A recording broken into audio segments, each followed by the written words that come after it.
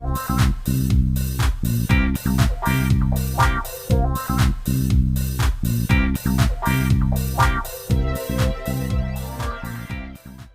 jumpa teman-teman, dengan saya Anto di Accurate Online Channel.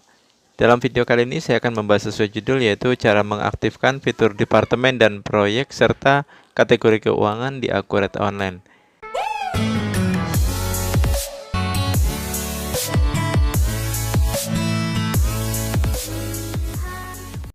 Panduan ini berlaku untuk Anda yang baru membuat database per tanggal 2 Juni 2020 dan ke sini ya. Sedangkan untuk 1 Juni ke belakang, fitur ini sudah otomatis ada gitu. Tapi bertanggal 2 Juni ini, untuk menggunakan fitur departemen, proyek, dan kategori keuangan itu ada biaya tambahan add-on ya namanya. Untuk biaya penambahan fitur ini Anda bisa lihat di kolom deskripsi video ini ya. Oke, langsung saja. Pertama kita buka browsernya, lalu buka Accurate Online dengan cara ketik URL ini accurateonline.id, nyambung semua tanpa spasi, dengan klik enter. Lalu kita klik login. Setelah itu kita login dengan alamat email dan password kita. Lalu buka database-nya. Contoh ini adalah database yang sudah dibuat per tanggal 2 Juni ke sini ya. Oke, jika kita lihat di sini di pengaturan, lalu kita ke preferensi. Di sini ada fitur sesuai kategorinya, ada fitur dasar di tab perusahaan. Ada juga fitur penjualan, ini apa aja yang mau dipakai, fitur pembelian, dan fitur persediaan. Sedangkan di fitur perusahaan sendiri ada departemen, ada proyek, dan ada kategori keuangan. Ini belum bisa diaktifkan. Nanti kita akan coba aktifkan, tetapi sebelumnya saya akan jelaskan terlebih dahulu sedikit mengenai fitur-fitur tersebut ya.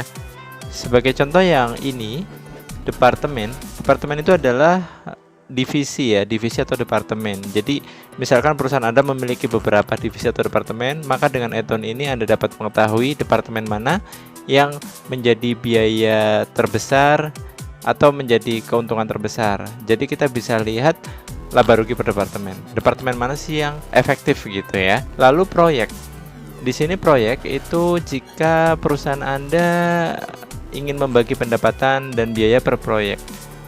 Contohnya Anda memiliki pekerjaan proyek di workshop A, di workshop B, itu pendapatannya yang paling besar mana dan biaya yang paling besar mana. Jadi kita bisa tahu proyek mana yang menghasilkan untungan besar. Proyek bisa dalam arti pekerjaan, bisa juga dalam arti event. Seperti Anda juga ngadain pameran, itu pun sebagai proyek. Contoh Anda mengadain pameran di PRC, mengadain pameran di JDC, dan itu nanti kan akan ketahuan efektivitas event Anda mana sih yang menguntungkan gitu. Dan kategori keuangan ini adalah untuk mengelompokkan pendapatan dan biaya lebih detail berdasarkan wilayah penjualan, lokasi produksi, kendaraan pengiriman, dan lain sebagainya. Seperti contoh, Anda ingin mengetahui pendapatan untuk wilayah Jakarta dengan trayek Grogol Pluit ataupun Grogol Kampung Rambutan, itu sebagai contoh saja ya. Itu nanti akan ada laba rugi per kategori keuangan tersebut. Dan di sini maksimal kategori keuangan ada 10 yang bisa Anda dapatkan dalam paket add-on ini. Oke, untuk mengaktifkan fitur departemen dan proyek ini ada 2 cara sebenarnya. Anda bisa klik yang dari ini ya, tadi pengaturan, pilih preferensi, lalu di fitur. Anda bisa pelajari lebih lanjut di sini. Dan tinggal install aplikasi ya.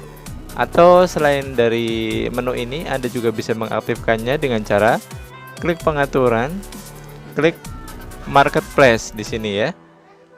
Lalu di marketplace Anda bisa lihat cost and profit center yang ini, klik lihat. Lalu install aplikasi. Terus kalian install. Oke, sudah berhasil diinstal. Kita bisa klik lihat. Ini yang tadi ya, sudah terinstall. Ini juga ada penjelasan sesuai yang tadi saya jelaskan di awal mengenai apa itu departemen, apa itu project, dan apa itu kategori keuangan. Dan setelah itu kita kembali ke pengaturan, kita kembali ke preferensi, lalu kita klik fitur. Maka di sini departemen, proyek, dan kategori keuangannya sudah aktif dan kita bisa simpan serta bisa kita manfaatkan. Oke, Cukup sekian cara pengaktifan fitur Cost and Profit Center di Accurate Online. Kalau ada informasi terbaru lagi akan saya buat dalam video berikutnya. Jadi bagi kalian yang tombol subscribe-nya masih berwarna merah, silahkan klik agar menjadi warna abu-abu dan tekan tombol loncengnya untuk semua notifikasi. Terima kasih dan selamat bekerja kembali.